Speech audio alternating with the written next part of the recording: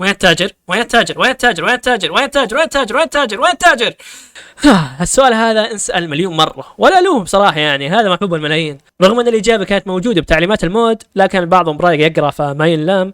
لكن حتى بشرح التركيب هالكلام كان موجود، كنت كاتب هالشيء بأحد التعليقات المثبتة.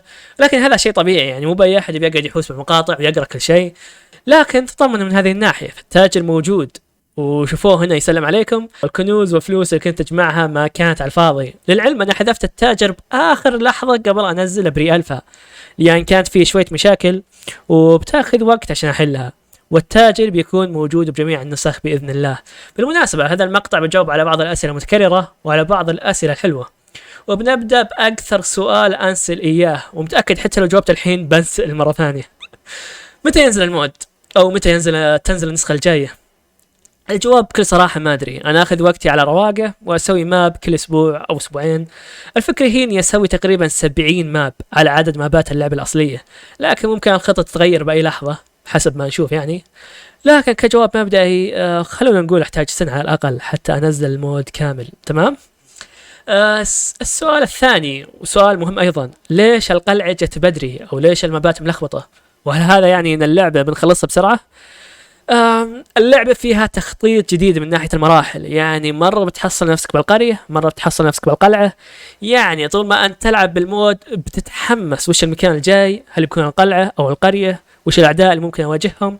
فيعني التغيير شيء حلو، وتطمن وما فيه أي عشوائية لأني راسم خطة المابات من زمان، فالموضوع مخطط له. وعمر المود مو بقصير، هو مثل عمر اللعبة الأصلية، هذا إما كان أطول منه. السؤال الثالث، فيه وحش كان لابس أبيض، فهل هذا يعني فيه وحوش جدد؟ صحيح، بيكون عندنا أعداء جدد سواء كان من ناحية ألوان اللبس أو الأقنعة أو حتى الأسلحة. وهذا القناع كان موجود بنسخة الديمو للعبة الأصلية لكن انحذف، أنا ما أدري ليش انحذف، فأعجبني فقلت براجعه بالمود حقي. لكن على العموم طريقة القتال هي نفسها ما راح تتغير، المود بيحافظ على نفس طريقة قتال الأعداء حتى لا يكون شاطح بزيادة المود. السؤال الرابع، ليش حذفت الأصوات العربية؟ للمعلومية اللي ما يعرف، المود سابقا كان فيه أصوات عربية وأنا حذفتها لأن الأصوات العربية مود جانبي ولا له أي علاقة بالمود الحالي. وأساسا فكرة أنك تحط أصوات عربية مع الأجواء المرعبة ما أبدا ما تجي ولا تخش الراس. ولا ننسى أن المود موجه للكل مو بس العرب، فإذا كانوا أغلب العرب مو متقبلين الأصوات الشاطحة هذه فكيف بيتقبلون الأجانب؟ لكني بنزل مقطع عن هذا المود، مقطع خاص يعني، وبتقدر تلعب فيه سواء بمودي أو باللعبة الأصلية أو بأي مود ثاني. السؤال الخامس، كيف تعلمت تصمم مابات أو مودات؟ كم قعدت تتعلم؟ من ناحية تصاميم 3D أنا كنت أعشق وأحب التصاميم منذ الصغر، اشتغلت على برامج كثير من ضمنها 3D Max، Cinema 4D، Solid Works، وأخيرا بلندر. بلندر هو البرنامج اللي يسوي عليه كل التصاميم هذه حاليا. أما من ناحية تصاميم المبات كتخطيط وكإبداع فهذا الشيء كان عندي منذ الصغر بصراحة. بألعاب كثير سويت مابات، كنت أعشق أي لعبة تحط لك خاصية ماب إديتور وكنت أبدع بهالشغل الحمد لله. فيعني ريزنت ايفل ما هي بأول لعبة أسوي لها مابات، لكن ممكن تكون ريزنت ايفل هي أول لعبة أسوي لها مابات باستخدام برنامج 3D خارجي، يعني برنامج ما له أي علاقة باللعبة. برنامج بلندر لوحده صار لي 3 أو 4 سنوات أشتغل عليه. السؤال السادس، ليش ما تزيد الرصاص والأعداء؟